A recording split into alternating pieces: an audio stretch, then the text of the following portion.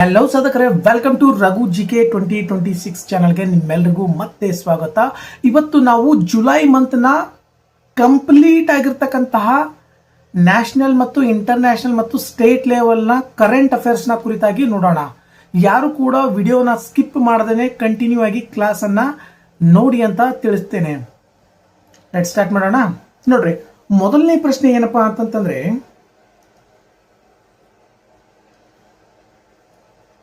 ಭಾರತ ಸರ್ಕಾರ ಇತ್ತೀಚೆಗೆ ಪ್ರಾರಂಭಿಸಿದ ಏಕೀಕೃತ ಆರೋಗ್ಯ ಇಂಟರ್ಫೇಸ್ UHI ಏನು ಯಾವ ಕಾರ್ಯಾಚರಣೆ ಅಡಿಯಲ್ಲಿ ಕಾರ್ಯವನ್ನು ನಿರ್ವಹಿಸುತ್ತದೆ ಅಂತ ಹೇಳಿ ಪ್ರಶ್ನೆನ ಕೇಳಿದ್ದಾರೆ.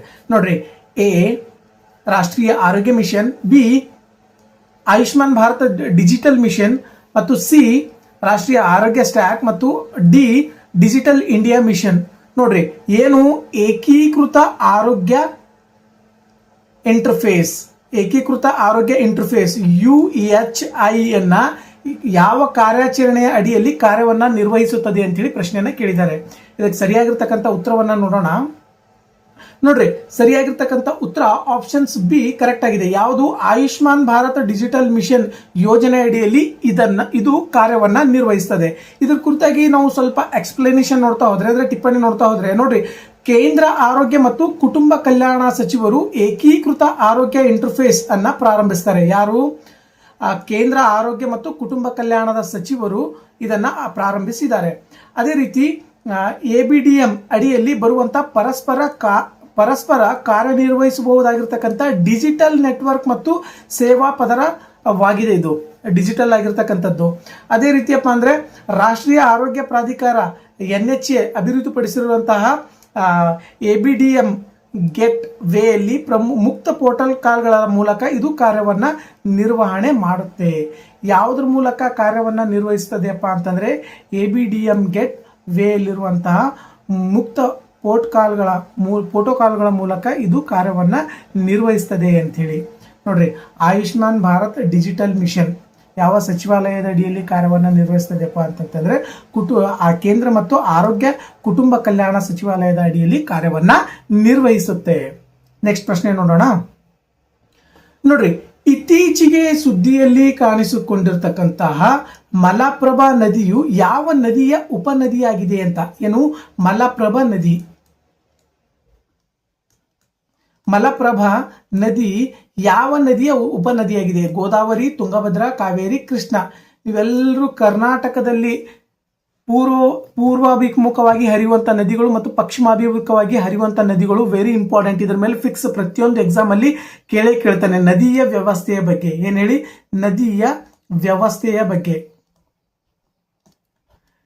ಇದೇ ನಮ್ಮ ರಘು ಜಿಕೆ 2026 ಚಾನಲ್ ನಲ್ಲಿ ಇದರ ಕುರಿತಾಗಿ ಪೂರ್ಣವಾದ ಮಾಹಿತಿಯನ್ನ ನೀಡಿದ್ದೇನೆ. ಆ ಕ್ಲಾಸ್ ಅನ್ನ ನೋಡ್ರಿ. ನೀವು ನೋಡಿದಾಗ ಅದರ ಬಗ್ಗೆ ಪೂರ್ತಿ ಡೀಟೇಲ್ ಆಗಿ ತಿಳ್ಕೋಬಹುದು. ನೋಡ್ರಿ, ಮಲಪ್ರಭಾ ನದಿ ಯಾವ ನದಿ ತೀರದಲ್ಲಿದೆಯಪ್ಪ ಅಂತಂದ್ರೆ ಇದು ಕೃಷ್ಣಾ ನದಿಯ ದಡದ ತೀರದಲ್ಲಿದೆ. ನೋಡ್ರಿ, ಎಲ್ಲಿ? ಕೃಷ್ಣಾ ನದಿ. ಮಲಪ್ರಭಾ ಎಲ್ಲಿದೆ? ಕೃಷ್ಣಾ ನದಿಯ ತೀರದಲ್ಲಿದೆ. ಕೃಷ್ಣಾ ನದಿ ತೀರದಲ್ಲಿದೆ. ನೋಡ್ರಿ, ಈ ನದಿಯ ಕುರಿತಾಗಿ ಸ್ವಲ್ಪ ನೋಡ್ತಾ ಹೋದ್ರೆ, ನೋಡ್ರಿ, ಕರ್ನಾಟಕದ ಬೆಳಗಾವಿ ಜಿಲ್ಲೆಯ ಪಶ್ಚಿಮ ಘಟ್ಟಗಳಲ್ಲಿ ಕಣ್ಕುಂಬಿ ಗ್ರಾಮದಲ್ಲಿ ಉಗಮವಾಗ್ತದೆ. ಯಾವ್ದು ಹೇಳಿ? ಕಣ್ಕುಂಬಿ ಗ್ರಾಮದಲ್ಲಿ ಉಗಮ ಆಗ್ತದೆ. ಇದು ಬಾಗಲಕೋಟೆ ಜಿಲ್ಲೆಯ ಕೂಡಲ ಸಂಗಮನದಲ್ಲಿ ಕೃಷ್ಣಾ ನದಿಯನ್ನ ಸೇರ್ತದೆ. ಎಲ್ಲಿ? ಕೃಷ್ಣಾ ನದಿ ಎಲ್ಲಿ ಸೇರುತ್ತಪ್ಪ ಅಂತಂತಂದ್ರೆ ಬಾಗಲಕೋಟೆ ಜಿಲ್ಲೆಯಲ್ಲಿರ್ತಕ್ಕಂಥ ಕೂಡಲ ಸಂಗಮನದಲ್ಲಿ ಕೃಷ್ಣಾ ನದಿಯು ಸೇರ್ಪಡೆ ಆಗ್ತದೆ. ಇದರ ಪ್ರಮುಖವಾಗಿರ್ತಕ್ಕಂಥ ಉಪನದಿಗಳನ್ನು ನೋಡ್ತಾ ಹೋದ್ರೆ ಬೆನ್ನಿಹಳ್ಳ, ಹಿರೇಹಳ್ಳ ಮತ್ತು ತುಪ್ರಿಹಳ್ಳ ಅಂತೇಳಿ, ಮತ್ತು ರೇಣುಕಾ ಸಾಗರ್ ಅಥವಾ ನವಿಲು ತೀರ್ಥ ಅಣೆಕಟ್ಟು ಇದರ ಮೇಲಿದೆ ಅಂತ ತಿಳಿಸಿದ್ದಾರೆ. ನೋಡ್ರಿ, ಈ ಮೂರು ಇದರ ಉಪನದಿಗಳಾಗಿದ್ದಾವೆ ಮಲಪ್ರಭದ್ದು. ಯಾವುದು? ಬೆನ್ನಿಹಳ್ಳ, ಹಿರೇಹಳ್ಳ ಮತ್ತು ತುಪ್ರಿಹಳ್ಳ. ಇಲ್ಲಿ ಬರುವಂತ ಅಣೆಕಟ್ಟು ಯಾವ್ದಪ್ಪ ಅಂದ್ರೆ ರೇಣುಕಾ ಸಾಗರ ನವಿಲು ತೀರ್ಥ ಅಣೆಕಟ್ಟು ಅಂತೇಳಿ ಕರೀತಾರೆ. ಎಲ್ಲಿ? ಮಲಪ್ರಭಾ ನದಿಯಲ್ಲಿ ಬರುವಂತಹ ಅಣೆಕಟ್ಟು. ನೆಕ್ಸ್ಟ್ ಪ್ರಶ್ನೆ ನೋಡೋಣ. ಮೂರನೇ ಪ್ರಶ್ನೆ ನೋಡ್ರಿ, ಏನಿದೆ? ಗ್ರಾಮ ಸಭೆಗಳಲ್ಲಿ ಕಡಿಮೆ ಭಾಗವಹಿಸುವಿಕೆಯ ಕುರಿತು ರಾಷ್ಟ್ರೀಯ ಅಧ್ಯಯನ ವರದಿಯನ್ನು ಯಾವ ಸಂಸ್ಥೆ ಬಿಡುಗಡೆ ಮಾಡುತ್ತದೆ? ನೀತಿ ಆಯೋಗನ, ಆಮೇಲೆ ಗ್ರಾಮೀಣ ಸಚಿವಾಲಯನ, ರಿಸರ್ವ್ ಬ್ಯಾಂಕ್ ಅಥವಾ ಕೃಷಿ ಸಚಿವಾಲಯ? ಗ್ರಾಮ ಸಭೆಗಳಲ್ಲಿ ಏನು ಪಂಚಾಯತ್ನಲ್ಲಿ ಬರುವಂತ ಗ್ರಾಮ ಸಭೆಗಳಲ್ಲಿ ಕಡಿಮೆ ಭಾಗವಹಿಸುವಿಕೆ ಕುರಿತಾಗಿರ್ತಕ್ಕಂತಹ ರಾಷ್ಟ್ರೀಯ ಅಧ್ಯಯನ ವರದಿ ಯಾವ ಸಂಸ್ಥೆ ಬಿಡುಗಡೆ ಮಾಡ್ತದಪ್ಪ ಅಂತೇಳಿ ಪ್ರಶ್ನೆಯನ್ನ ಕೇಳಿದ್ದಾರೆ. ಇದಕ್ಕೆ ಸರಿಯಾಗಿರ್ತಕ್ಕಂಥ ಉತ್ತರ ನೋಡ್ರಿ, ನೀತಿ ಆಯೋಗ ಇದಕ್ಕೆ ಸರಿಯಾಗಿರ್ತಕ್ಕಂಥ ಉತ್ತರ. ಯಾವುದು? ನೀತಿ ಆಯೋಗ ಸರಿಯಾದ ಉತ್ತರ.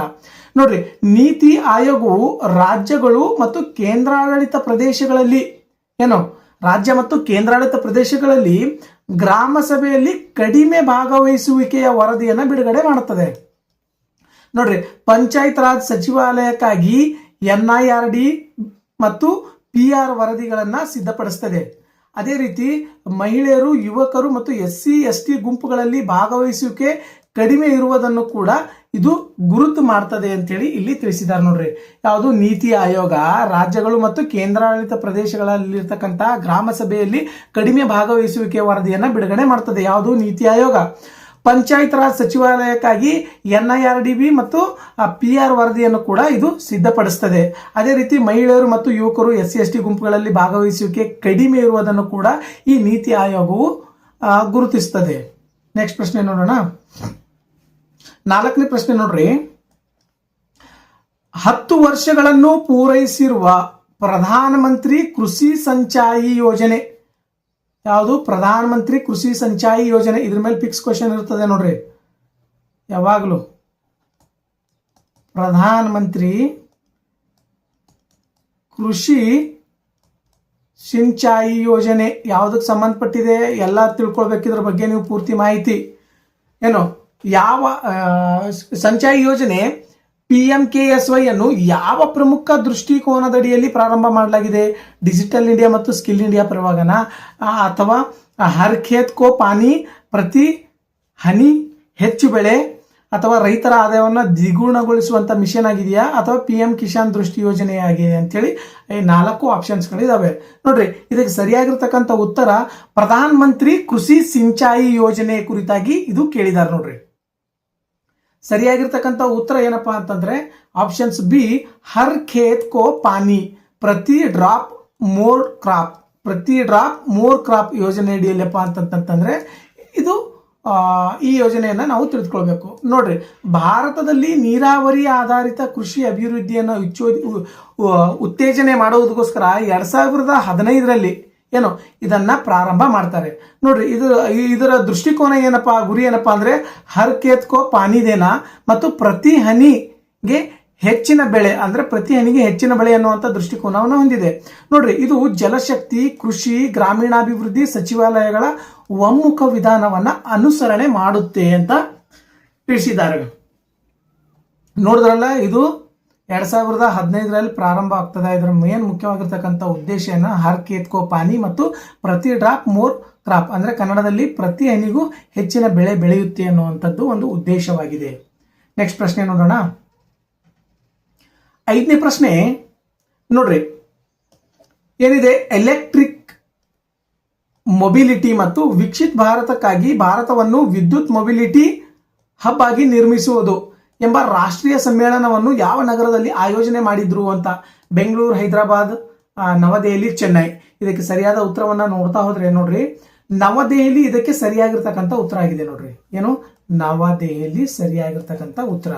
ಏನು ಇದ್ರ ಕುರಿತಾಗಿ ಸ್ವಲ್ಪ ಟಿಪ್ಪಣಿ ನೋಡ್ತಾ ಹೋದ್ರೆ, associated chambers of commerce and industry of India ಇದನ್ನು ಆಯೋಜನೆ ಮಾಡ್ತದೆ. ಯಾವುದು? ASSOCHAM ಅಂದ್ರೆ associate chambers of commerce and industry of India ಅನ್ನುವಂಥದ್ದು ಇದನ್ನ ಆಯೋಜನೆ ಮಾಡಿರ್ತಕ್ಕಂಥದ್ದು.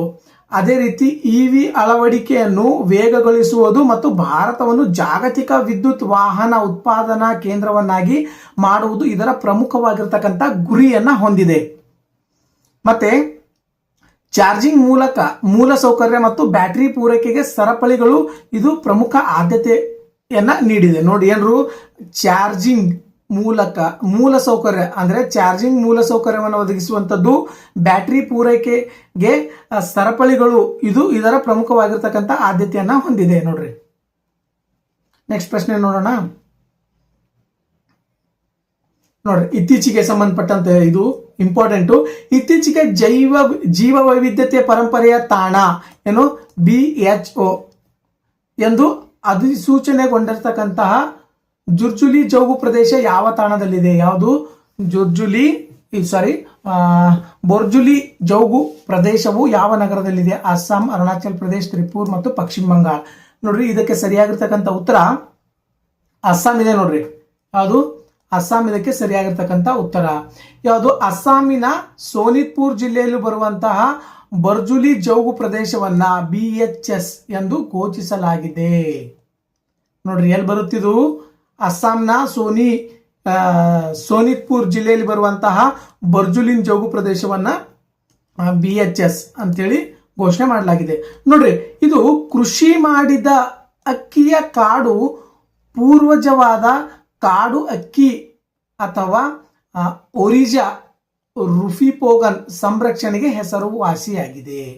ಯಾವುದು? ಇದು ಬೋರ್ಜುಲಿ ಜೌಗು ಪ್ರದೇಶ ಅದಕ್ಕೆ ಹೆಸರಾಗಿದೆಯಪ್ಪ ಅಂದ್ರೆ ಕೃಷಿ ಮಾಡಿದ ಅಕ್ಕಿಯ ಕಾಡು ಪೂರ್ವಜವಾದ ಕಾಡು ಅಕ್ಕಿ ಸಂರಕ್ಷಣೆಗೆ ಇದು ಹೆಸರುವಾಸಿಯಾಗಿದೆ. ಇದಕ್ಕೆ ಸಂಬಂಧಪಟ್ಟಂತೆ ಇನ್ನು ನೋಡ್ತಾ ಹೋದ್ರೆ ಹವಾಮಾನ ನಿರೋಧಕ ಅಕ್ಕಿ ಪ್ರಭೇದಗಳನ್ನು ಅಭಿವೃದ್ಧಿಪಡಿಸಲು ಇದು ಅತ್ಯಂತ ಪ್ರಮುಖವಾಗಿರ್ತಕ್ಕಂತಹ ಒಂದು ತಾಣ ಆಗಿದೆ ಅಥವಾ ಜೌಗು ಪ್ರದೇಶವಾಗಿದೆ.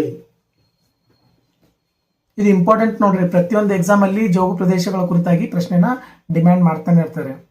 7ನೇ ಪ್ರಶ್ನೆ ನೋಡೋಣ.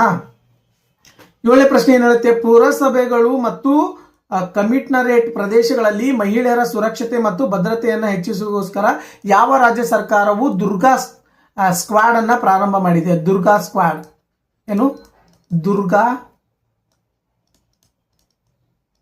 ಸ್ಕ್ವಾಡ್ ಅನ್ನ ಪ್ರಾರಂಭಿಸಿರುವಂತಹ ರಾಜ್ಯ ಯಾವುದು? ಇದು ಮಹಿಳೆಯರ ಸುರಕ್ಷತೆ ಮತ್ತು ಅವರ ಭದ್ರತೆಯನ್ನು ಹೆಚ್ಚಿಸುವುದಕ್ಕೋಸ್ಕರಪ್ಪ ಅಂದ್ರೆ ದುರ್ಗಾ ಸ್ಕ್ವಾಡ್ ಎನ್ನುವಂತಹ ರಾಜ್ಯ ಸರ್ಕಾರವು ಆರಂಭಿಸಿರುವಂತಹ ಒಂದು ಕಮಿಷನರೇಟ್ ಪ್ರದೇಶ ಎಲ್ಲಿ? ಪುರಸಭೆ ಮತ್ತು ಕಮಿಷನರೇಟ್ ಪ್ರದೇಶಗಳಲ್ಲಿ. ಯಾವುದು? ಆಂಧ್ರ ಪ್ರದೇಶನ, ಕರ್ನಾಟಕ, ಮಹಾರಾಷ್ಟ್ರ, ಬಂಗಾಳ. ಇದಕ್ಕೆ ನೋಡ್ರಿ ಸರಿಯಾಗಿರ್ತಕ್ಕಂಥ ಉತ್ತರ ಪಶ್ಚಿಮ ಬಂಗಾಳದಲ್ಲಿ ಇದನ್ನ ಜಾರಿಗೆ ತೆಗೆದುಕೊಂಡು ಬಂದಿದ್ದಾರೆ ನೋಡ್ರಿ. ಎಲ್ಲಿ? Options D, Paschim Bangal is the right answer. ಇದ್ರ ವಿವರಣೆಯನ್ನು ನೋಡ್ತಾ ಹೋದ್ರೆ ನೋಡ್ರಿ, ಪುರಸಭೆ ಕಮಿಷನರೇಟ್ ಪ್ರದೇಶಗಳಲ್ಲಿ ಮಹಿಳೆಯರ ಸುರಕ್ಷತೆಗಾಗಿ ಪಶ್ಚಿಮ ಬಂಗಾಳ ಸರ್ಕಾರ ಮಾಡಿದೆ, ದುರ್ಗಾ ಸ್ಕ್ವಾಡ್ ಅನ್ನು ಆರಂಭ ಮಾಡಿದೆ. ನೋಡ್ರಿ, ಇದರಲ್ಲಿ ಏನಿರುತ್ತೆ? ಸೈಬರ್ ಅಪರಾಧಗಳ ತಡೆಗೆ 500 ಪೊಲೀಸ್ ಠಾಣೆಗಳಲ್ಲಿ ಸೈಬರ್ ಸಹಾಯ ಕೇಂದ್ರಗಳನ್ನ ಸ್ಥಾಪನೆ ಮಾಡಲಾಗಿದೆ. ಎಷ್ಟು? 500 ಪೊಲೀಸ್ ಠಾಣೆಗಳಲ್ಲಿ ಸೈಬರ್ ಸಹಾಯ ಕೇಂದ್ರಗಳನ್ನ ಸ್ಥಾಪನೆ ಮಾಡಿದೆ. ಅದೇ ರೀತಿ ರಾಜ್ಯಾದ್ಯಂತ ಎಲ್ಲಾ ಪೊಲೀಸ್ ಠಾಣೆಗಳಲ್ಲಿ 24x7 ಮಹಿಳಾ ಸಹಾಯಕ ಕೇಂದ್ರಗಳನ್ನ ಕೂಡ ಕಾರ್ಯರೂಪಕ್ಕೆ ತೆಗೆದುಕೊಂಡು ಬಂದಿದೆ ಅಂತ ಹೇಳಿ ಇಲ್ಲಿ ತಿಳಿಸಿದ್ದಾರೆ ನೋಡ್ರಿ. 24 ಗಂಟೆ 24x7 ನಲ್ಲಿ ಇದನ್ನ ಜಾರಿಗೆ ತೆಗೆದುಕೊಂಡು ಬಂದಿದೆ. ಅಲ್ಲಿ ಪಶ್ಚಿಮ ಬಂಗಾಳದಲ್ಲಿ ದುರ್ಗಾ ಸ್ಕ್ವಾಡ್ ಯೋಜನೆಯಪ್ಪ ಅಂತಂದ್ರೆ ಪಶ್ಚಿಮ ಬಂಗಾಳದಲ್ಲಿ ತೆಗೆದುಕೊಂಡು ಬಂದಿದ್ದಾರೆ ನೋಡ್ರಿ. ನೆಕ್ಸ್ಟ್ ಪ್ರಶ್ನೆ ನೋಡೋಣ. 8ನೇ ಪ್ರಶ್ನೆ ಏನು? ಭಾರತದ ಮೊದಲ ಗ್ರೀನ್ ಫೀಲ್ಡ್ ಅಥವಾ ನೋಡ್ರಿ green field integrated refinery come petrochemical ಸಂಕೀರ್ಣವನ್ನು ಯಾವ ರಾಜ್ಯದಲ್ಲಿ ಪ್ರಾರಂಭ ಮಾಡಲಾಗಿದೆ?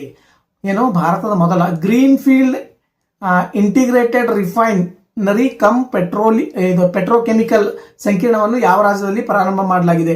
ಏನು? ರಾಜಸ್ಥಾನನ, ಗುಜರಾತ, ಕರ್ನಾಟಕ, ಕೇರಳ ಅಂತೇಳಿ ಪ್ರಶ್ನೆನ ಆಪ್ಷನ್ಸ್ ಅನ್ನ ಕೊಟ್ಟಿದ್ದಾರೆ ನೋಡ್ರಿ. ಇದಕ್ಕೆ ಸರಿಯಾದ ಉತ್ತರವನ್ನ ನಾವು ನೋಡ್ತಾ ಹೋಗೋಣ. ನೋಡ್ರಿ, ರಾಜಸ್ಥಾನದಲ್ಲಿ ಇದನ್ನ ನಾವು ಕಾಣಬಹುದು. ಏನು? ರಾಜಸ್ಥಾನದ ಬರ್ತುಲ್ ಜಿಲ್ಲೆಯಲ್ಲಿ ಬರುವಂತಹ ಪಚ್ಪಾದ್ರಾದಲ್ಲಿ ಈ ಸಂಕೀರ್ಣವನ್ನ ಸ್ಥಾಪನೆ ಮಾಡಲಾಗಿದೆ, ಉದ್ಘಾಟನೆಯನ್ನು ಮಾಡಲಾಗಿದೆ. ನೋಡ್ರಿ, Hindustan petroleum corporation limited HPCL ಮತ್ತು ರಾಜಸ್ಥಾನ್ ಸರ್ಕಾರ ಜಂಟಿ ಉದ್ಯಮ ಇದಾಗಿದೆ. ಯಾವುದು? ಜಂಟಿ ಉದ್ಯಮ ಇದಾಗಿದೆ ನೋಡ್ರಿ. ಇದು ದೇಶದ ಇಂಧನ ಭದ್ರತೆಯನ್ನು ಬಲಪಡಿಸುವುದು ಮತ್ತು ಕೈಗಾರಿಕಾ ಅಭಿವೃದ್ಧಿಯನ್ನು ವೇಗಗೊಳಿಸುವಂತಹ ಗುರಿಯನ್ನ ಈ ಚಾಲನೆ ಸಂಕೀರ್ಣವನ್ನ ಹೊಂದಿದೆ ಅಂತೇಳಿ ನಾವು ಇಲ್ಲಿ ತಿಳಿದುಕೊಳ್ಬೇಕು. ನೆಕ್ಸ್ಟ್ ಪ್ರಶ್ನೆ ನೋಡೋಣ. 9ನೇ ಪ್ರಶ್ನೆ. 2026ರ ಈ ಆಡಳಿತಕ್ಕಾಗಿ ರಾಷ್ಟ್ರೀಯ ಪ್ರಶಸ್ತಿಗಳಲ್ಲಿ ಭಾರತೀಯ ವೈದ್ಯಕೀಯ ಸಂಶೋಧನಾ ಮಂಡಳಿ ICMR ಯಾವ ಉಪಕ್ರಮವು ಚಿನ್ನದ ಪ್ರಶಸ್ತಿಯನ್ನ ಪಡೆದುಕೊಂಡಿದೆಯಪ್ಪ ಅಂತಂತಂದ್ರೆ options A ICMR E Sanjeevini, ICMR minds, ವೈದ್ಯಕೀಯ ನಾವೀನ್ಯತೆಯ ಪೇಟೆಂಟ್ ಮಿತ್ರ, ICMR ಒನ್ ಹೆಲ್ತ್ ಮಿಷನ್ ಅಂತೇಳಿ. ನೋಡ್ರಿ, ಇದಕ್ಕೆ ಸರಿಯಾಗಿರ್ತಕ್ಕಂಥ ಉತ್ತರ ICMR ಮೈಂಡ್ಸ್. ಏನು? ICMR ಮೈಂಡ್ಸ್ ಅಪ್ಪ ಅಂತಂದ್ರೆ ಈ ಪ್ರಶಸ್ತಿಯನ್ನ ಪಡೆದುಕೊಂಡಿದೆ. ಇದರ ಕುರಿತಾಗಿ ವಿವರಣೆ ನೋಡ್ತಾ ಹೋದ್ರೆ AI ಬಳಕೆಗಾಗಿ ICMR ಮೈಂಡ್ ಉಪಕ್ರಮವನ್ನು 2026ರ ಈ ಆಡಳಿತ ರಾಷ್ಟ್ರೀಯ ಪ್ರಶಸ್ತಿಯಲ್ಲಿ ಚಿನ್ನದ ಪ್ರಶಸ್ತಿಯನ್ನು ಪಡೆದುಕೊಂಡಿದೆ. ನೋಡ್ರಿ, ಇದು ಮಾನಸಿಕ ಮತ್ತು ಮಾದಕ ವಸ್ತು ಬಳಕೆಯ ಅಸ್ವಸ್ಥತೆಯ ತಪಾಸಣೆ ಮತ್ತು ನಿರ್ವಹಣೆಗೆ ಸಂಬಂಧಿಸಿರ್ತಕ್ಕಂಥ ರಾಷ್ಟ್ರೀಯ ಯೋಜನೆ ಇದಾಗಿದೆ. ನೋಡ್ರಿ, ಇದು AI ಆಧಾರಿತ ಡಿಜಿಟಲ್ ನಿರ್ಧಾರ ಬೆಂಬಲ ವ್ಯವಸ್ಥೆಯ ಮೂಲಕ ಮುಂಚೂಣಿಯ ಆರೋಗ್ಯ ಕಾರ್ಯಕರ್ತರಿಗೆ ಇದು ಸಹಾಯ ಮಾಡ್ತದೆ. ಯಾವುದು? ICMR. ನೋಡ್ರಿ, ನೆಕ್ಸ್ಟ್ ಪ್ರಶ್ನೆನ ನೋಡ್ತಾ ಹೋಗೋಣ. 10ನೇ ಪ್ರಶ್ನೆ, ಇತ್ತೀಚೆಗೆ ಅಂತಾರಾಷ್ಟ್ರೀಯ ಫುಟ್ಬಾಲ್ನಿಂದ ನಿವೃತ್ತಿಯನ್ನು ಘೋಷಿಸಿರುವಂತಹ ನೇಮಾರ್ ಯಾವ ದೇಶಕ್ಕೆ ಸೇರಿದವರಾಗಿದ್ದಾರೆ? ಫುಟ್ಬಾಲ್ ನಿವೃತ್ತಿಯನ್ನು ಘೋಷಣೆ ಮಾಡಿರ್ತಕ್ಕಂತಹ ಆಟಗಾರ ಯಾವ ದೇಶಕ್ಕೆ ಸಂಬಂಧಪಟ್ಟಿದ್ದಾರೆ? ನೇಮಾರ್ ಅವರು. ಯಾರು? ನೇಮಾರ್ ಅವರು ಅಂತ. Argentina, Spain, Portugal, Brazil. ನೋಡ್ರಿ, ಸರಿಯಾಗಿರ್ತಕ್ಕಂಥ ಉತ್ತರ ಆಪ್ಷನ್ಸ್ ಡಿ, ಬ್ರೆಜಿಲ್ ಇದೆ. ನೋಡ್ರಿ, ಏನ್ ಹೇಳಿ? Options D, Brazil. ಇದ್ರ ಕುರಿತಾಗಿ ನೋಡ್ತಾ ಹೋದ್ರೆ ಫಿಫಾ ವಿಶ್ವಕಪ್ 2026 ಎಷ್ಟು 16ನೇ ಆವೃತ್ತಿ. ನೋಡ್ರಿ, ಇದು ಬ್ರೆಜಿಲ್ ತಂಡವು ನಾರ್ವೆ ವಿರುದ್ಧ ಸೋತ ನಂತರ ಅಂತಂದ್ರೆ ನೇಮರ್ ಅವರು ನಿವೃತ್ತಿಯನ್ನ ಘೋಷಣೆ ಮಾಡ್ತಾರೆ. ಬ್ರೆಜಿಲ್ ತಂಡವು ನಾರ್ವೆ ವಿರುದ್ಧ ಅಂದ್ರೆ ನಾರ್ವೆ ಇದರಲ್ಲಿ ವಿನ್ ಆಗಿದೆ. ನೋಡ್ರಿ, ಯಾವುದು? FIFA world cup 2026. ಯಾವುದು? ನಾರ್ವೆ ಇದರಲ್ಲಿ ವಿನ್ ಆಗಿದೆ. ಬ್ರೆಜಿಲ್ ತಂಡವು ನಾರ್ವೆ ವಿರುದ್ಧ ಸೋತ ನಂತರ ನೇಮರ್ ಅವರು ನಿವೃತ್ತಿಯನ್ನ ಘೋಷಣೆ ಮಾಡಿದ್ದಾರೆ. ನೋಡ್ರಿ, ಬ್ರೆಜಿಲ್ ಸರ್ವಕಾಲಿಕ ಪ್ರಮುಖ ಅಂತಾರಾಷ್ಟ್ರೀಯ ಗೋಲ್ ಕೀಪರ್ ಆಗಿರ್ತಕ್ಕಂತಹ ಈ ಯಾರು? ನೇಮರ್ ಅವರು ಸ್ಕೋರರ್ ಆಗಿ ಕೂಡ ಹೊರಹೊಮ್ಮಿದ್ದಾರೆ. ಅತಿ ಹೆಚ್ಚು ಸ್ಕೋರನ್ನು ಹೊಡೆದವರು ಅಂತ ನೇಮರ್ ಅವರು ಆಯ್ಕೆ ಆಗಿದ್ದಾರೆ. ಅದೇ ರೀತಿ ಈ ಸೋಲು 1990ರ ನಂತರ ಬ್ರೆಜಿಲ್ನ ಆರಂಭಿಕ ಫಿಫಾ ವಿಶ್ವಕಪ್ ನಿರ್ಗಮನವನ್ನು ಗುರುತಿಸುತ್ತದೆ. 1990ರ ನಂತರ ಬ್ರೆಜಿಲ್ನ ಆರಂಭಿಕ ಫಿಫಾ ವಿಶ್ವಕಪ್ ನಿರ್ಗಮನವನ್ನು ಗುರುತು ಮಾಡ್ತದೆ. ನೋಡಿದ್ರಲ್ಲ, ಇಲ್ಲಿವರೆಗೂ ಜುಲೈ ಮಂತಲ್ಲಿ ಬರುವಂತಹ ಸುಮಾರು 10 MCQ ಪ್ರಶ್ನೆಗಳನ್ನು ಇವತ್ತು ನಾನು ನಿಮಗೆ ತಿಳಿಸ್ಕೊಟ್ಟಿದ್ದೇನೆ. ಅದೇ ರೀತಿ ಇದು ಜುಲೈ ಮಂತ್ನ ಪಾರ್ಟ್ 1 ವಿಡಿಯೋ ಆಗಿರ್ತದೆ. ಅದೇ ರೀತಿ ಇನ್ನೂ ಹೆಚ್ಚಿನ ವಿಡಿಯೋಗಳು, ಇದರ ಕಂಟಿನ್ಯೂಸ್ ಆಗಿರ್ತಕ್ಕಂಥ ವಿಡಿಯೋಗಳನ್ನು ನಾನು ನಿಮಗೆ ತಿಳಿಸ್ಕೊಡ್ತೀನಿ. ಎಲ್ಲ ವಿಡಿಯೋಗಳನ್ನು ಸಂಪೂರ್ಣವಾಗಿ ನೋಡ್ರಿ. ಯಾರ್ಯಾರು PC, PSI, KAS ಮತ್ತು ವಿಲೇಜ್ ಅಕೌಂಟೆಂಟು ಮತ್ತು ಶಾಲಾ ಶಿಕ್ಷಕರಾಗೋದಕ್ಕೆ ಎಲ್ಲರೂ ಯಾರ್ಯಾರು ಬಯಸ್ತಾ ಇದ್ದೀರಲ್ಲ, ತಾವೆಲ್ಲರೂ ಕೂಡ ಚೆನ್ನಾಗಿ ಸ್ಟಡಿಯನ್ನು ಮಾಡ್ರಿ. ಕರೆಂಟ್ ಅಫೇರ್ಸ್ಗೆ ಜಾಸ್ತಿ ಒತ್ತು ಕೊಡ್ರಿ. ಯಾಕಪ್ಪ ಅಂದರೆ ಇತ್ತೀಚಿನ ದಿನಗಳಲ್ಲಿ KA ಮುಖ್ಯವಾಗಿ ಕರೆಂಟ್ ಅಫೇರ್ಸ್ ಬೇಸ್ ಮೇಲೇ ಪ್ರಶ್ನೆಗಳನ್ನು ಕೇಳ್ತಾ ಇದ್ದಾರೆ. ನೀವು ಯಾವ ರೀತಿ ತಯಾರಿ ಮಾಡ್ತೀರಪ್ಪ ಅಂತಂದರೆ, ಬಹಳಷ್ಟು ಡೆಡಿಕೇಶನ್ ಇಂದ ನೀವು ಸ್ಟಡಿ ಮಾಡಿದಾಗ ಮಾತ್ರ ಏನಾದರೂ ಸಕ್ಸಸ್ ಅನ್ನ ಕಾಣೋದಕ್ಕೆ ಸಾಧ್ಯ. ಇಲ್ಲಪ್ಪ ಅಂತಂದ್ರೆ ಸಕ್ಸಸ್ ಕಾಣೋದು ಬಹಳಷ್ಟು ಕಡಿಮೆ ಇದೆ. ಉದ್ಯೋಗದ ಬೇಡಿಕೆ ತುಂಬಾ ಹೆಚ್ಚಾಗ್ತಾ ಇದೆ ಪ್ರಸ್ತುತ ಜಗತ್ತಿನಲ್ಲಿ. ಇಲ್ಲಾಂದ್ರೆ ಎಲ್ಲಾದ್ರೂ ನೀವು ಏನೇ ಡಿಗ್ರಿ ಮಾಡ್ಕೊಡ್ರಿ, BE ಮಾಡ್ರಿ, ಏನೇ ಮಾಡ್ರಿ, ಎಲ್ಲಿ ಹೋದ್ರೂ ಕೂಡ ಸುಮಾರು 10ರಿಂದ 15 ಸಾವಿರ ಸಂಬಳ ನೀಡ್ತಾ ಇದ್ದಾರೆ. ಅದು ಪಟ್ಟಣದಲ್ಲಿ ಏನಾದರೂ ಹೋದ್ರೆ ನೀವು. ಅದೇ ಗ್ರಾಮೀಣ ಪ್ರದೇಶದಲ್ಲಿ ಬಂದ್ರಪ್ಪ ಅಂತಂತಂದ್ರೆ ಕಮ್ಮಿ ಸ್ಯಾಲ್ರಿ ಎಲ್ಲ ದುಡಿಯಬೇಕಾಗಿರ್ತಕ್ಕಂಥ ಪರಿಸ್ಥಿತಿ ಇದೆ. ನಿಮ್ಗೋಸ್ಕರ ನಿಮ್ಮ ತಂದೆ ತಾಯಿಯವರೆಲ್ಲ ಕಷ್ಟಪಟ್ಟು ದುಡಿದು ನಿಮ್ಗೆ ಸ್ಟಡಿ ಮಾಡಿಸೋದಕ್ಕೆ ಬಹಳಷ್ಟು ಪ್ರಯತ್ನ ಮಾಡ್ತಾ ಇದ್ದಾರೆ. ನೀವು ಅದನ್ನೆಲ್ಲ ಮೈಂಡ್ನಲ್ಲಿ ಇಟ್ಕೊಂಡು ಚೆನ್ನಾಗಿ ಕಷ್ಟಪಟ್ಟು ಓದ್ರಿ. ನೀವು ಏನಾದರೂ ಸಾಧನೆ ಮಾಡಿದ್ರಿಪ್ಪ ಅಂತಂತಂದ್ರೆ ನಿಮ್ಮ ಹಿಂದ್ಗಡೆ ತುಂಬ ಜನ ಅಪ್ಪ ಅಂತಂತಂದ್ರೆ ಕಿವಿಯಾಗಿ ನಿಂತ್ಕೊಳ್ಳುವಂಥ ಪರಿಸ್ಥಿತಿ ಇದೆ. ಇಂದಿನ ಸಮಾಜದಲ್ಲಿ ಏನಿದೆ ನೋಡ್ತಾ ಇದ್ರಲ್ಲ, ಕ್ರೈಮ್ಗಳು ಎಷ್ಟೊಂದು ಆಗ್ತಾ ಇದ್ದಾವೆ. ಏನಕ್ಕೆ ಆಗ್ತಾ ಇದೆ? ಹೆಣ್ಣು ಹೊಣ್ಣು ಮಣ್ಣಿಗಾಗಿ ಎಲ್ಲ ಆಗ್ತಾ ಐತೆ. ನೀವು ಸಮಾಜದಲ್ಲಿ ಒಬ್ಬ ಸಭ್ಯ ವ್ಯಕ್ತಿಯಾಗಿ ರೂಪುಗೊಳ್ಬೇಕಪ್ಪ ಅಂತಂದ್ರೆ, ಅದರಲ್ಲಿ ಸ್ಪೆಷಲಿ ಹುಡುಗರಪ್ಪ ಅಂದ್ರೆ ಬಹಳಷ್ಟು ಕಷ್ಟಪಟ್ಟು ಓದ್ಬೇಕು ನೀವು. ಯಾಕಪ್ಪ ಅಂತಂದ್ರೆ ನಿಮ್ಮ ಮೇಲೇನೆ ಡಿಪೆಂಡ್ ಅಪನ್ ಆಗಿರ್ತದೆ. ಹೆಣ್ಮಕ್ಳಿಗೆ ಆಲ್ಮೋಸ್ಟ್ ಆಲ್ ಚೆನ್ನಾಗಿ ಓದಿದ್ರು ಓಕೆ, ಇಲ್ಲಪ್ಪ ಅಂತಂದ್ರೆ ಆದಷ್ಟು ಬೇಗ ತಂದೆ ತಾಯಿಗಳಪ್ಪ ಅಂದ್ರೆ ಅವ್ರಿಗೆ ಮದುವೆ ಮಾಡ್ಕೊಳ್ಳುವಂಥ ಸಿಚುವೇಶನ್ಗಳು ಬಹಳಷ್ಟು ನಾವು ಕಾಣ್ತಾ ಇದ್ದೀವಿ. ಇಂದಿನ ಈ ಸಮಾಜದಲ್ಲಿ ಹೆಣ್ಮಕ್ಳಿಗೆ ಬಹಳಷ್ಟು ಅವಕಾಶಗಳಿದಾವೆ. ನೀವು ಸ್ತ್ರೀಯರು ಕೂಡಪ್ಪ ಅಂತಂದ್ರೆ ಹುಡುಗಿಯರು ಚೆನ್ನಾಗಿ ಓದೋದಕ್ಕೆ ಪ್ರಯತ್ನ ಪಡ್ರಿ. ನಿರಂತರವಾಗಿ ಕನ್ಸಿಸ್ಟೆನ್ಸಿಯಾಗಿ ಯಾರೇ ಓದ್ತಿರಲ್ಲ ಅವರು ಸಕ್ಸಸ್ ಅನ್ನು ಕಾಣೋದಕ್ಕೆ ಸಾಧ್ಯ ಐತಾ? ಇಲ್ಲಪ್ಪ ಅಂತಂತಂದ್ರೆ ಇಂಥ ಕಾಂಪಿಟೇಟಿವ್ ಯುಗದಲ್ಲಿ ಸಕ್ಸಸ್ ರೇಷಿಯೋ ಬಹಳಷ್ಟು ಕಮ್ಮಿ ಇದೆ. ನೋಡ್ರಿ, ಒಂದು 100% 0.001 1% ಜಾಬ್ ಸಿಗೋದು ಕೂಡ ತುಂಬ ಕಷ್ಟ ಇದೆ. ಮೊನ್ನೆ ರೀಸೆಂಟಾಗಿ PC ಎಕ್ಸಾಮನ್ನು ನೋಡಿದ್ರಿ, ಸುಮಾರು ಒಂದು 3,500 ಪೋಸ್ಟ್ಗಳಿಗೆ ಸುಮಾರು 4 ಲಕ್ಷಕ್ಕಿಂತ ಅತಿ ಹೆಚ್ಚಾಗಿ ಅಭ್ಯರ್ಥಿಗಳಪ್ಪ ಅಂತಂದರೆ ಅಪ್ಲಿಕೇಶನನ್ನು ಹಾಕಿ ಎಕ್ಸಾಮನ್ನು ಕಂಡಕ್ಟ್ ಮಾಡಿದ್ದಾರೆ. ಅದರಲ್ಲಿ ಯಾರು ಭಾಳಷ್ಟು ಟ್ಯಾಲೆಂಟ್ ಆಗಿ ಕಷ್ಟಪಟ್ಟು ಯಾರು ಓದಿರ್ತಾರ ಅವರಿಗೆ ಸಿಗುವಂಥ ಚಾನ್ಸಸ್ ಇದೆ. ಹಾಗಾಗಿಬಿಟ್ಟು ನೀವು ಯಾರ್ಯಾರೆಲ್ಲ ಚೆನ್ನಾಗಿ ಎಜುಕೇಷನ್ ಮಾಡಿದ್ದೀರಲ್ಲ, ನೀವು ಒಂದು ಕನ್ಸಿಸ್ಟೆನ್ಸಿಯಾಗಿ ಓದೋದಕ್ಕೆ ಪ್ರಯತ್ನ ಮಾಡಿರಿ. ಯಾಕಪ್ಪ ಅಂದರೆ ನೀವು ಇವಾಗಿನಿಂದನೇ ಪ್ರಾರಂಭ ಮಾಡಲಿಲ್ಲಪ್ಪ ಅಂತಂತ ಎಚ್ಚೆತ್ಕೊಳ್ಳಿಲ್ಲಪ್ಪ ಅಂದರೆ ಮುಂದೆ ಭಾಳಷ್ಟು ಸಮಸ್ಯೆ ಇದೆ. ಜನಸಂಖ್ಯೆ ಉಲ್ಬಣ ಆಗ್ತೈತೆ.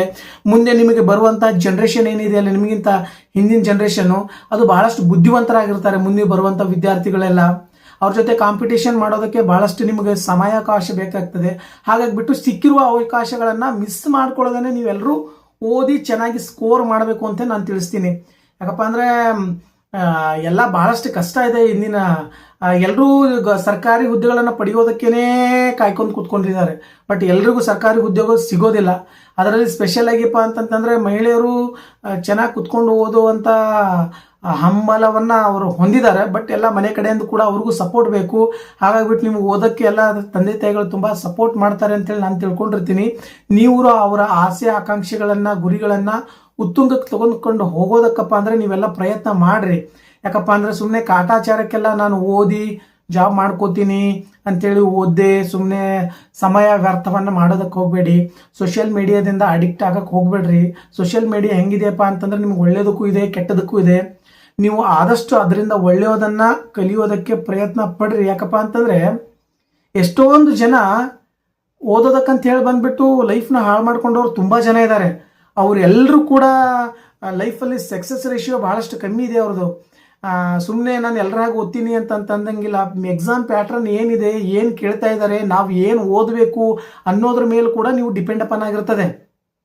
ಕೇವಲ ನಾ ಹಿಸ್ಟ್ರಿ ಒಂದೇ ಓದ್ತೀನಿ, ಎಕನಾಮಿಕ್ಸ್ ಒಂದೇ ಓದ್ತೀನಿ, ಇಂಡಿಯನ್ ಕಾನ್ಸ್ಟಿಟ್ಯೂಷನ್ ಒಂದೇ ಓದ್ತೀನಿ ಅಂತಂದರೆ ಆಗಂಗಿಲ್ರಿ ಈಗಿನ ಸಮಾಜದಾಗ. ಹೆಂಗಿದೆ ಕಾಂಪಿಟೇಷನ್ ಅಪ್ಪ ಅಂದರೆ ನೀವು ಸುಮಾರು ಏನೂ ಇಲ್ಲಪ್ಪ ಅಂತಂತಂದರೆ ಮೊದಲು NCERT ಮತ್ತು DSRTC ಬುಕ್ಸ್ಗಳು ಓದಿ ಕಂಪ್ಲೀಟ್ ಮಾಡ್ಕೊಡ್ರಿ. ಆ ಪುಸ್ತಕಗಳನ್ನು ಕಂಪ್ಲೀಟ್ ಮಾಡ್ಕೊಂಡ್ರಿಪ್ಪ ಅಂದರೆ ನಿಮಗೊಂದು ಬೇಸಿಕ್ ಆಗಿರ್ತಕ್ಕಂಥ ನಾಲೆಜ್ ಬರ್ತದೆ.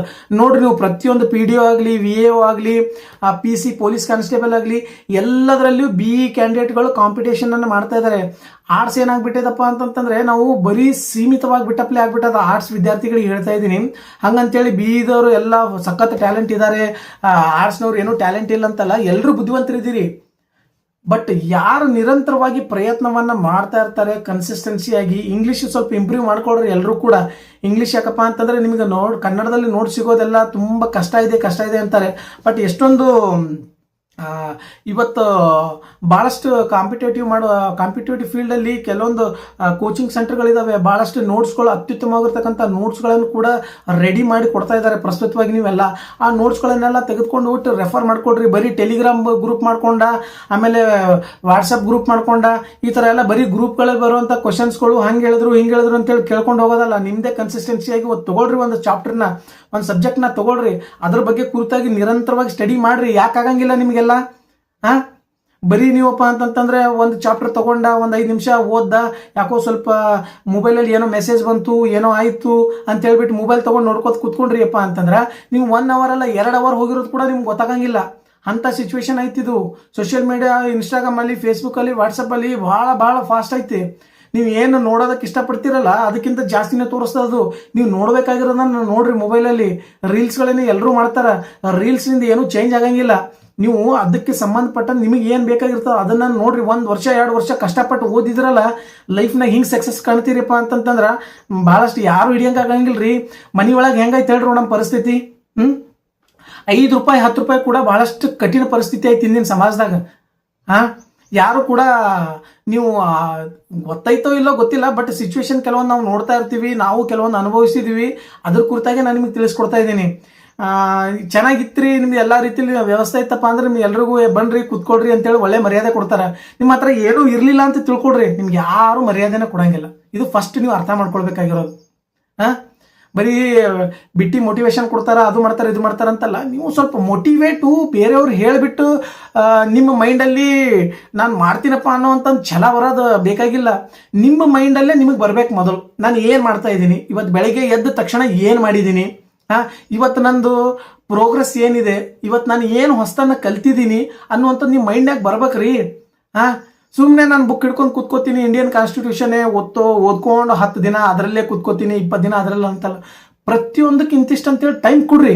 ಟೈಮ್ ಕೊಟ್ರೆ ಹೆಂಗೆ ಸಕ್ಸಸ್ ಆಗಂಗಿಲ್ಲ ನೋಡ್ರಿ. BE ಕ್ಯಾಂಡಿಡೇಟ್ಗಳು ಯಾರ್ಯಾರು ಇದಾರಲ್ಲ, ಮೇನ್ ಇಂಪಾರ್ಟೆಂಟ್ ಅಪ್ಪ ಅಂತಂದ್ರೆ ಸಕ್ಸಸ್ ಕಾಣೋದಕ್ಕೆ ನಮ್ಮ ಆರ್ಟ್ಸ್ ಮಾಡಿರ್ತಕ್ಕಂಥ ವಿದ್ಯಾರ್ಥಿಗಳು ಯಾಕೆ ಆಗಂಗಿಲ್ಲಪ್ಪ ಅಂತಂದ್ರೆ ಒಂದು ಎಕ್ಸಾಂಪಲ್ ಜೊತೆಗೆ ಹೇಳ್ತೀನಿ ಕೇಳ್ರಿ. ನಾವು ಎಲ್ಲ ಪುಸ್ತಕಗಳನ್ನು ಓದ್ತೀವಿ, ಹಿಸ್ಟ್ರಿ, ಎಕನಾಮಿಕ್ಸು, ಪೊಲಿಟಿಕಲ್ಲು, ಜಿಯೋಗ್ರಫಿ ಎಲ್ಲವನ್ನು ಓದ್ತೀವಿ. ಮೇನ್ ಇಂಪಾರ್ಟೆಂಟ್ ನಿಮಗೆ ಕಟ್ ಆಫ್ ಲಿಸ್ಟಲ್ಲಿ ಅಂದರೆ ಸೆಲೆಕ್ಷನ್ ಫೈನಲ್ ಲಿಸ್ಟಲ್ಲಿ ನಿಮ್ಮ ಹೆಸರು ಏನಾದರೂ ಬರ್ಬೇಕಾಯ್ತಪ್ಪ ಅಂತಂದರೆ ಮೆಂಟಲ್ ಎಬಿಲಿಟಿ ಮತ್ತಪ್ಪ ಅಂದ್ರೆ ಸೈನ್ಸ್ ಆ್ಯಂಡ್ ಟೆಕ್, ಇದು ವೆರಿ ಇಂಪಾರ್ಟೆಂಟ್. ಯಾರು ಇದರಲ್ಲಿ ಟಚ್ ಮಾಡ್ತಾರಲ್ಲ, ಒಳ್ಳೆ ಆನ್ಸರ್ಸ್ಗಳು ಯಾರ್ಯಾರು ಮಾಡ್ತಾರಲ್ಲ ಅವ್ರು ಇದರಲ್ಲಿ ಜಾಸ್ತಿ ಸ್ಕೋರ್ ಮಾಡ್ತಾರೆ ನೋಡ್ರಿ. ಯಾಕಪ್ಪ ಅಂತಂತಂದ್ರೆ ಆರ್ಟ್ಸು ಮಾಡಿದವರು ಎಲ್ಲ, ಇವರು ಕೂಡ BE ಮಾಡಿದವರು ಕೂಡ ಎಲ್ಲ ಸಬ್ಜೆಕ್ಟನ್ನು ಓದೋದಕ್ಕೆ ಪ್ರಯತ್ನ ಮಾಡ್ತಾನೆ ಇರ್ತಾರೆ. ಅವರು ಮಾಡ್ತಾರಲ್ವಾ? ಅವರು ಸ್ಪೆಸಿಫಿಕ್ ಆಗಿ ಯಾವುದೇ ಎಕ್ಸಾಮಲ್ಲಿ ಬರ್ತದಲ್ಲ, ಇಂಪಾರ್ಟೆಂಟ್ ಆಗಿ ರಿಪೀಟ್ ಯಾವ್ದು ಕ್ವಶನ್ ಆಗ್ತಾ ಇದೆಯಲ್ಲ ನೋಡ್ಕೊಡ್ರಿ ಒಂದು ಸಾರಿ. ಅದು ಒಂದು ಇದು ಪ್ರಶ್ನೆ ನಮಗೆ ಇಂಪಾರ್ಟೆಂಟ್ ಕಾಣಿಸ್ತೈತೆ, ಇದ್ರ ಬಗ್ಗೆಪ್ಪ ಅಂತಂತಂದ್ರೆ ನಾವು ತುಂಬಾ ಚೆನ್ನಾಗಿ ಡೀಪಾಗಿ ಓದ್ಕೊಂಡ್ವಿಯಪ್ಪ ಅಂದ್ರೆ ಅಪ್ಡೇಟ್ ಮಾಡ್ಕೊಂಡು ಹೋಗ್ರಿ. ಮುಂದೆ ಯಾವ ರೀತಿಯಾಗಿರ್ತಕ್ಕಂಥ ಕ್ವಶನ್ ಇದ್ರ ಮೇಲೆ ಡಿಮ್ಯಾಂಡ್ ಮಾಡಬಹುದು ಪ್ರಶ್ನೆನ. KE KPSC ಆಗಲಿ, KSP ಆಗಲಿ ಎಲ್ಲ ಇತ್ತಲ್ಲ, ಯಾವ ಥರ ಕ್ವಶನ್ ಡಿಮ್ಯಾಂಡ್ ಮಾಡ್ತಾ ಇದೆ ಅದ್ರ ಮೇಲೆ ಡಿಪೆಂಡ್ ಅಪನ್ ಆಗ್ರಿ. ನೀವು ಸುಮ್ಮನೆ ಹಳೆ ಪ್ರಶ್ನೆ ಪತ್ರಿಕೆಗಳು ಎಷ್ಟೆಷ್ಟು ಇದಾವಲ್ಲ ಎಲ್ಲ ರೆಫರ್ ಮಾಡ್ರಿ. ಯಾಕಾಗಂಗಿಲ್ಲ ಸಕ್ಸಸ್ ಹೇಳ್ರಿ. ಭಾಳಷ್ಟು ಜನ ಇದ್ದೀರಪ್ಪ ಎಲ್ಲ ಹುಡುಗರು, ನಾವು ಧಾರವಾಡ ಹೋಗ್ತೀವಿ, ಬೆಂಗಳೂರು ಹೋಗ್ತೀವಿ, ಹುಬ್ಳಿ ಹೋಗ್ತೀವಿ, ಬಿಜಾಪುರ ಹೋಗ್ತೀವಿ, ಎಲ್ಲ ಕಡೆ ಹೋಗ್ತೀರಿ. ನೀವು ಎಲ್ಲೇ ಹೋಗಿ ಓದ್ರಿ, ಎಲ್ಲೇ ತಗೊಳ್ರಿ ಟ್ಯೂಷನ್ ಇದು ಕೋಚಿಂಗ್ ಸೆಂಟರ್ಗಳು ಯಾಕೆ ಇಂಪಾರ್ಟೆಂಟ್ ಹೇಳ್ರಿ? ಮೇನ್ ಇಂಪಾರ್ಟೆಂಟು ಎಲ್ಲರೂ ಸಕ್ಸಸ್ ಆಗ್ಬೇಕಾಯ್ತಪ್ಪ ಅಂತಂತಂದ್ರು ಕೋಚಿಂಗ್ ಹೋದವರೇ ಸಕ್ಸಸ್ ಆಗಿದ್ದಾರೆ, ಕೋಚಿಂಗ್ ಹೋಗದೇ ಇರೋರು ಸಕ್ಸಸ್ ಆಗಿದ್ದಾರೆ ಅಂತಲ್ಲ. ಕೋಚಿಂಗ್ ಸೆಂಟರ್ ಹೋದ್ರಿಯಪ್ಪ ಅಂದ್ರೆ ಅಲ್ಲಿ ವಾತಾವರಣ ಆ ಥರ ಕ್ರಿಯೇಟ್ ಆಗುತ್ತೆ ನಿಮಗೆ. ಏನು ಹೇಳ್ರಿ? ವಾತಾವರಣ ಆ ಥರ ಕ್ರಿಯೇಟ್ ಮಾಡ್ತದೆ ನಿಮಗೆ. ನಿಮ್ಮ ಸುತ್ತಮುತ್ತಲಿರೋರು ಎಲ್ಲರೂ ಕಾಂಪಿಟೇಷನ್ ಮಾಡೋದಕ್ಕೆ ಬರ್ತಾರೆ ನೋಡ್ರಿ. ಒಂದು ಮೊನ್ನೆ 3,000 ಚಿಲ್ಲರೆ ಅಪ್ಲಿಕೇಶನ್ ಕನ್ಫರ್ಮ್ ಮಾಡಿದ್ದು, ಅದಕ್ಕೆಲ್ಲ ಎಕ್ಸಾಮ್ ಕಂಡಕ್ಟ್ ಮಾಡಿದ್ರಲ್ಲ, 4 ಲಕ್ಷ ಚಿಲ್ಲರೆ ಜನಪ್ಪ ಅಂತಂದ್ರೆ ಅಪ್ಲಿಕೇಶನ್ ಹಾಕಿದ್ರು.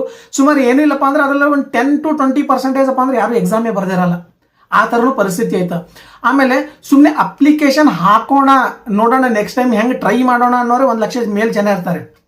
ಇನ್ನೊಂದು 2 ಲಕ್ಷ ಜನ ಉಳಿದಿರ್ತಾರಪ್ಪ. ಆ 2 ಲಕ್ಷದಲ್ಲಿ ಕಾಟಾಚಾರಕ್ಕೆ ಓದೋರು ಅಂದರೆ ಸುಮ್ಮನೆ ಅಂತ ಅಂತೇಳಿ ಆತಾರಲ್ಲ, ಸುಮ್ಮನೆ ಓದುವಂತಾರಪ್ಪ ಅಂತಂದ್ರೆ ಲಕ್ಷಕ್ಕಿಂತ ಮೇಲ್ಗಡೆ ಜನ ಸಿಗ್ತಾರೆ. ನಿಮಗೆ ಯುನೀಕ್ ಆಗಿ ಓದುವಂಥವ್ರು ಸುಮಾರು ಒಂದು 10,000 ಜನ ಅಷ್ಟೇ ಸಿಗ್ತಾರೆ. ಯಾಕಪ್ಪ ಅಂದ್ರೆ ಅವ್ರು ಸುಮಾರು ಏನೂ ಇಲ್ಲಪ್ಪ ಅಂದರೆ 1 ರಿಂದ 5 ವರ್ಷದವರೆಗೂ ಕುತ್ಕೊಂಡು ಓದಿರ್ತಾರೆ ರೀ. 10 ವರ್ಷ ತನಕ ಓದ್ಕೊಂಡಿರ್ತಾರೆ. ಏನು ಎತ್ತ ಅನ್ನೋದಂಥದ್ದು ನೋಡ್ರಿ. PC ಮ್ಯಾಕ್ಸಿಮಮ್ ಅಪ್ಪ ಅಂತಂದ್ರೆ ಇದು 60ಗಿಂತ ಬಿಲೋನೇ ಕಟ್ ಆಫ್ ನಿಂತ್ಕೊಳ್ಳುತ್ತಾ, ಆ ಥರ ಪರಿಸ್ಥಿತಿ ಆಯ್ತಾ. ಪೇಪರ್ ನೋಡಿದ್ರಲ್ಲ, ಹಿಸ್ಟ್ರಿ ಬುಕ್ಸ್ ಎಲ್ಲ ನೀವು ತಿರಿ ಹಾಕಿದ್ರು ಕೂಡ ಕ್ವಶನ್ಗಳು ಸಿಗಂಗಿಲ್ಲ. ಆ ಥರ ಟ್ವಿಸ್ಟ್ ಮಾಡಿ ಪ್ರಶ್ನೆಯನ್ನ ಕೇಳ್ತಾ ಇದ್ದಾರೆ. ಆ ಥರ ಟ್ವಿಸ್ಟ್ ಮಾಡಿ ಪ್ರಶ್ನೆಯನ್ನ ಕೇಳ್ತಾ ಇದ್ದಾರೆ ಅಂತಂದ್ರೆ ನೀವಪ್ಪ ಅಂತಂದ್ರೆ ಫುಲ್ ಅದ್ರ ಬಗ್ಗೆ ಮಾಹಿತಿ ತಿಳ್ಕೊಂಡಾಗ ಮಾತ್ರ ನೀವು ಆನ್ಸರ್ ಮಾಡೋದಕ್ಕೆ ಎಲಿಜಿಬಲ್ ಆಗಿರ್ತೀರಿ. ನೀವು ಏನು ತಿಳ್ಕೊಂಡಿಲ್ಲ, ಬರೀ ನಾ ಬ್ರೀಫಾಗಿ ಮೇಲ್ಗಡೆ ಇರೋದನ್ನೇ ಓದ್ಕೊಂಡು ಹೋಗ್ತೀನಿ ಅಪ್ಪ ಅಂತಂತಂದ್ರೆ ಅದು ಸಾಧ್ಯವಿಲ್ಲ. ಹೌದಲ್ಲ? ನೀವು ಏನೇ ಒಂದು ಚಾಪ್ಟರ್ ಓದ್ತಾ ಇದ್ದೀರಿಪ್ಪ ಅಂತಂತಂದ್ರೆ ಹಿಂದೆ ಪ್ರೀವಿಯಸ್ ಆಗಿ ಯಾವ ಕ್ವಶನ್ ಅನ್ನ ಕೇಳಿದ್ದಾರೆ ಈ ಚಾಪ್ಟರ್ ಮೇಲೆ, ಕೆಲವೊಂದು ಇಂಪಾರ್ಟೆಂಟ್ ಆಗಿ ಚಾಪ್ಟರ್ಗಳು ಇದಾವ್ರಿ, ಅದ್ರ ಮೇಲೆ ಫಿಕ್ಸೆಡ್ ಕ್ವಶನ್ಸ್ಗಳು ಇದಾವೆ. ನೀವು ನೋಡ್ರಿ, ನೀವು ಪ್ರತಿಯೊಂದು ಕ್ವಶನ್ ಪೇಪರ್ ಅಲ್ಲಿ ತೆಗೆದ್ರು ಕೂಡ ಒಂದು 10 ಕ್ವಶನ್ಸ್ಗಳು ಫಿಕ್ಸ್ ಇರ್ತಾವೆ ಒಂದೊಂದು ಟಾಪಿಕ್ ಮೇಲೆ. ಅದೇ ಟಾಪಿಕ್ನ ಚೂಸ್ ಮಾಡ್ಕೊಳ್ರಿ. ಫಸ್ಟ್ ಅದು ಚೂಸ್ ಮಾಡಿಕೊಂಡು ಅದ್ರ ಮೇಲೆ ಕಂಟಿನ್ಯೂಸ್ ಆಗಿ ಸ್ಟಡಿ ಮಾಡ್ರಿ, ರೆಗ್ಯುಲರ್ ಆಗಿ 1 ದಿನ ತಪ್ಪದೇನೆ. ಮೇನ್ ಇಂಪಾರ್ಟೆಂಟು ಕರೆಂಟ್ ಅಫೇರ್ಸ್ಗೆ ಬಹಳಷ್ಟು ಫೋಕಸ್ ಮಾಡ್ರಿ ಅಂತ ಯಾಕೆ ಹೇಳ್ತಾರಪ್ಪ ಅಂದ್ರೆ, ನ್ಯೂಸ್ ಪೇಪರ್ನ ಅನಾಲಿಸಿಸ್ ಮಾಡ್ರಿ. ಏನು ನಡೀತಾ ಇದೆ ಅನ್ನೋಂಥದ್ದು ನಿಮಗೆ ಗೊತ್ತಾಯ್ತಪ್ಪ ಅಂತಂದ್ರೆ ಅವಾಗ ನಿಮ್ಗೆ ಒಂದು ಧೈರ್ಯ ಬರ್ತದ. ಓ, ಈ ಪೇಪರಲ್ಲಿ ಓದ್ತಾ ಇದ್ದೀನಿ ಅಂದ್ರೆ ಇದ್ರ ಮೇಲೇನೆ ಪ್ರಶ್ನೆನ ಡಿಮ್ಯಾಂಡ್ ಮಾಡ್ತಾರೆ ಅಂತ ಹೇಳಿ. ಅವಾಗ ನಿಮಗಪ್ಪ ಅಂತಂದ್ರೆ ಗೊತ್ತಾಗುತ್ತ. ಇಲ್ಲ ಅಂತಂದ್ರೆ ಏನು ಗೊತ್ತಾಗಂಗಿಲ್ಲ.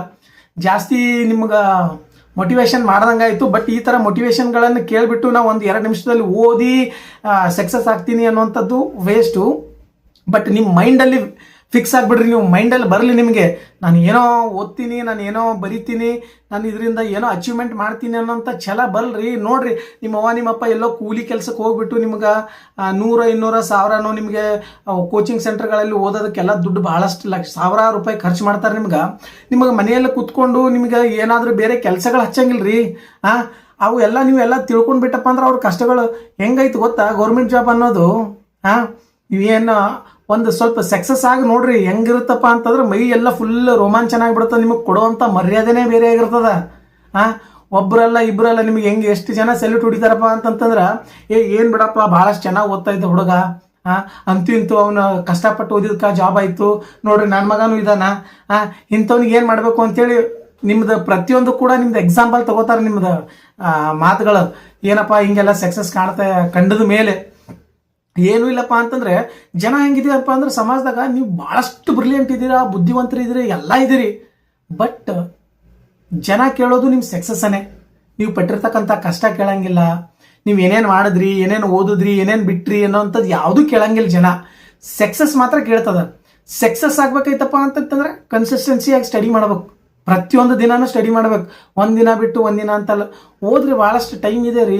ಎಜುಕೇಷನ್ ಸಿಸ್ಟಮ್ ಹೆಂಗಾಗಿ ಬಿಟ್ಟಿದೆಪ್ಪ ಅಂತಂತಂದ್ರೆ ಒಂದೊಂದು ಸಾರಿ ಭ್ರಷ್ಟಾಚಾರಗಳೆಲ್ಲ ನಡೆದಾಗಪ್ಪ ಅಂತ ಏನು ಓದ್ಬೇಕ್ರಿ ಅಂತೇಳಿ.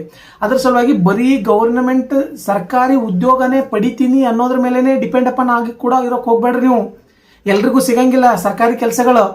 ಯಾರು ಭಾಳಷ್ಟು ಬುದ್ಧಿವಂತರು ಇರ್ತಾರ, ಯಾರು ಕನ್ಸಿಸ್ಟೆನ್ಸಿ ಆಗಿ ಓದ್ತಾರ, ಯಾರಪ್ಪ ಅಂತಂದ್ರೆ ಮಲ್ಟಿಪಲ್ ಆಗಿರ್ತಕ್ಕಂಥ ಸಬ್ಜೆಕ್ಟ್ ಮೇಲೆ ಜ್ಞಾನವನ್ನು ಹೊಂದಿರ್ತಾರಲ್ಲ ಅಂಥವ್ರು ಮಾತ್ರ ಸಕ್ಸಸ್ ಕಾಣೋದಕ್ಕೆ ಸಾಧ್ಯ ಅದ. ಸುಮ್ಮನೆ ಎಲ್ಲರೂ ಸಕ್ಸಸ್ ಆಗಂಗಿಲ್ಲ. ಪ್ರತಿಯೊಂದಕ್ಕಪ್ಪ ಅಂದ್ರೆ ಟೈಮ್ ಕೊಡ್ರಿ. ನೀವು ಒಂದೊಂದು ಸಬ್ಜೆಕ್ಟ್ಗೆ ಇಂತಿಷ್ಟು ಅಂತೇಳಿ ಟೈಮ್ ಕೊಟ್ಕೊಂಡು ಓದ್ರಿ, ಯಾಕಾಗಂಗಿಲ್ಲ? ಎಲ್ಲ ನಾವು ಸುಮ್ಮನೆ ಹೋದ ಒಂದೆರಡು ಅವರ್ ಬುಕ್ ಹಿಡ್ಕೊಂಡ ನಾವು ವಾಕ್ ಮಾಡ್ದ ಜಾಕ್ ಮಾಡ್ದ ಅವೆಲ್ಲ ಆದರೆ ಆಗ್ತವೆ ಅಂತ ತಿಳ್ಕೊಂಡ್ರಿ, ಅದು ಆಗೋದಕ್ಕೆ ಸಾಧ್ಯನೇ ಇಲ್ಲ. ಹಾಗಾಗ್ಬಿಟ್ಟು ಸಾಧ್ಯ ಅಂತಲ್ಲ, ನೀವು ಕನ್ಸಿಸ್ಟೆನ್ಸಿ ಆಗಿ ಓದ್ರಿ. ಯಾವುದೇ ಕಾರಣಕ್ಕಪ್ಪ ಅಂದರೆ ಸ್ಕಿಪ್ ಮಾಡಕ್ಕೆ ಹೋಗ್ಬೇಡ್ರಿ. ಒಂದಿನ ಸ್ಕಿಪ್ ಆದರೂ ಕೂಡ ಪ್ರೀವಿಯಸ್ಸಿಂದ ಸ್ಟಾರ್ಟ್ ಮಾಡಿರಿ. 12th ಫೇಲ್ ಮೂವಿ ನೋಡಿದ್ರಿ, ಎಲ್ಲರೂ 12th ಫೇಲ್ ಮೂವಿ ಥರ ಸಕ್ಸಸ್ ಆಗೋದಕ್ಕೆ ಸಾಧ್ಯ ಇಲ್ರಿ. ಇಂದಿನ ಪರಿಸ್ಥಿತಿನೇ ಬೇರೆ ಐತೆ, ಸಮಾಜದಾಗ ಆಗುವಂಥ ಬದಲಾವಣೆಗಳೇ ಬೇರೆ ಇದಾವ. ನೀವು ಏನೇ ಒಂದು ಮಾಡಕ್ಕೆ ಹೋದ್ರೂ ಕೂಡ ನಿಮ್ಮ ಕಾಲು ಹಿಡಿದು ಎಳೆಯುವಂಥ ನಿಮ್ಮ ಪರಿಸ್ಥಿತಿಗಳು ಹಂಗಿದಾವೆ ನಿಮ್ಮ ಹತ್ರ. ವಿದ್ಯಾರ್ಥಿಗಳಿಗೆ ಸ್ಪೆಷಲ್ ಹುಡುಗಿರಿಗೆ ಪಾಪ ಅಂತಾರೆ ಫ್ಯಾಮಿಲಿಯಲ್ಲಿ ತಂದೆ ತಾಯಿಗಳು ಭಾಳಷ್ಟು ಸಪೋರ್ಟ್ ಮಾಡ್ತಾರೆ ಒಂದೊಂದು ಸಾರಿ. ಬಟ್ ಹುಡುಗರಿಗೆ ಸಪೋರ್ಟ್ ಮಾಡಂಗಿಲ್ಲ. ಎಷ್ಟು ವರ್ಷದಿಂದ ಓದಕತ್ತಾನ ಇವ, ಯಾವತ್ತು ಸಕ್ಸಸ್ ಆಗ್ತಾನಿವ, ಸಕ್ಸಸ್ ಆಗಂಗಿಲ್ಲವ ಅಂಥೇಳಿ ನೆಗೆಟಿವ್ ಆಗಿ ಮಾತಾಡುವಂಥವ್ರೆ ಭಾಳಷ್ಟು ಜನ ಇರ್ತಾರೆ.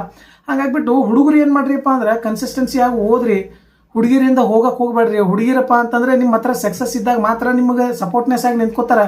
ಸಕ್ಸಸ್ ಇಲ್ಲಪ್ಪ ಅಂತಂದ್ರೆ ನಿಮ್ಗೆ ಆಟೋಮೆಟಿಕ್ಕಾಗಿ 12th ಫೇಲ್ ಮೂವಿ ನೋಡಿದಿರಲ್ಲ, ಅದೇ ಥರ ಬೇರೆ ಬೇರೆ ಯಾವುದೆಲ್ಲ ಮೂವಿ ನೋಡ್ತಿರಲ್ಲ ಹಾಗೆಲ್ಲ ಬಿಟ್ಬಿಟ್ಟು ಹೋಗುವಂಥ ಜನರೇ ಜಾಸ್ತಿ ಇದಾರ.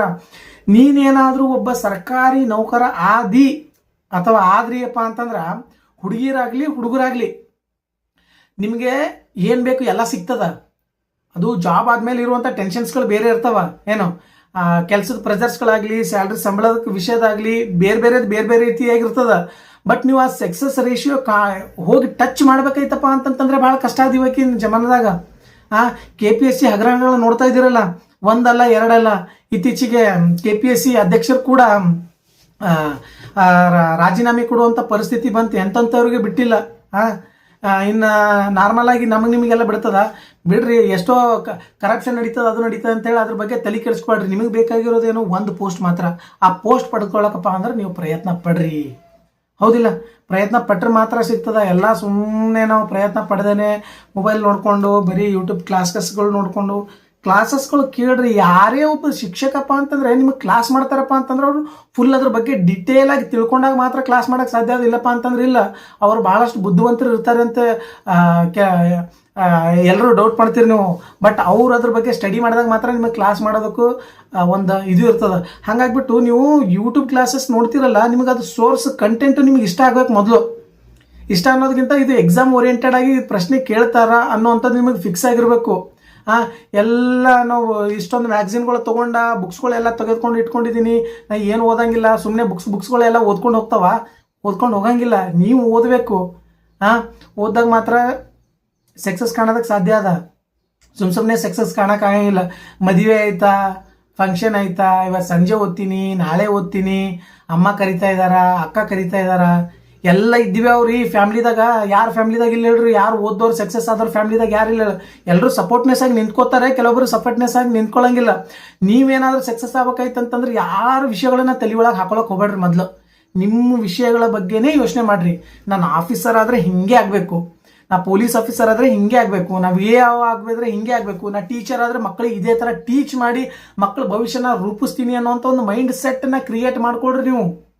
ಎಲ್ಲ ನಿಮ್ಮದು ನೀವೇ ಮೋಟಿವೇಶನ್ ಮಾಡ್ಕೊಳ್ಬೇಕು. ನೀವು ಕಣ್ಣು ಮುಚ್ಕೊಳ್ಬೇಕು, ಕಣ್ಣು ಮುಚ್ಕೊಂಡು ಧ್ಯಾನ ಮಾಡಬೇಕು. ಇವತ್ತು ಏನು ಮಾಡಿದೆ, ಏನಿಲ್ಲ, ಏನಕ್ಕೆ ಆಗ್ತಾ ಇತ್ತು ಅಂತೇಳಿ ಎಲ್ಲ ಹಂಗೆ ಮಾಡಿದಾಗ ಮಾತ್ರ ಸಕ್ಸಸ್ ಕಾಣ್ತೀರಿ. ಇಲ್ಲಾಂದ್ರೆ ಸಕ್ಸಸ್ ಆಗೋದಕ್ಕೆ ಭಾಳ ಕಷ್ಟ ಆಯ್ತು ನೋಡ್ರಿ ಹಿಂದಿನ ಸಮಾಜದಾಗ. ಜಾಸ್ತಿ ಆಯ್ತು ಅನ್ಸುತ್ತಾ. ಮತ್ತೆ ನೆಕ್ಸ್ಟ್ ವಿಡಿಯೋದಲ್ಲಿ ಇದೇ ಜುಲೈ ಮಂತ್ಗೆ ಸಂಬಂಧಿಸಿರ್ತಕ್ಕಂಥ ಕರೆಂಟ್ ಅಫೇರ್ಸ್ಗಳ ಕುರಿತಾಗಿ ನಾವು ನೋಡೋಣ. ಅಲ್ಲಿವರೆಗೂ ನಮ್ಮ ರಘು GK 2026 ಚಾನಲ್ನ ಸಬ್ಸ್ಕ್ರೈಬ್ ಮಾಡ್ಕೊಡ್ರಿ, ಲೈಕ್ ಮಾಡ್ರಿ, ಶೇರ್ ಮಾಡ್ರಿ ಅಂತ ತಿಳಿಸ್ತಾ ನಿಮ್ಮ ಫ್ರೆಂಡ್ಸ್ಗಳಿಗೆಲ್ಲ ನಮ್ಮ ರಘು GK 2026 ಕ್ಲಾಸಸ್ಗಳ ಬಗ್ಗೆ ತಿಳಿಸ್ರಿ. ನೀವು ಕೂಡ ಚೆನ್ನಾಗಿ ಕ್ಲಾಸಸ್ಸನ್ನು ಕೇಳಿ ನೋಟ್ಸ್ ಮಾಡ್ಕೊಡ್ರಿ. ನಿಮಗೆ ಏನಾದರೂ ಇದರದ್ದು ಈ ಚಾಪ್ಟರ್ದ PDF ಏನಾದರೂ ಬೇಕಾಯ್ತಪ್ಪ ಅಂದರೆ PDF ಅಂತೇಳಿ ಗ್ರೂಪಲ್ಲಿ ನನ್ನ ಮೆಸೇಜ್ ಕಮೆಂಟ್ ಬಾಕ್ಸಲ್ಲಿ ಕಮೆಂಟ್ ಮಾಡಿರಿ. ನಾನು ನಿಮಗೆ ಟೆಲಿಗ್ರಾಮ್ ಗ್ರೂಪ್ ಮುಖಾಂತರ ನಿಮಗೆ ಈ PDF ಕಳಿಸೋದಕ್ಕೆ ಟ್ರೈ ಮಾಡ್ತೀನಿ. ಅಲ್ಲಿವರೆಗೂ ಜೈ ಹಿಂದ್, ಥ್ಯಾಂಕ್ ಯು.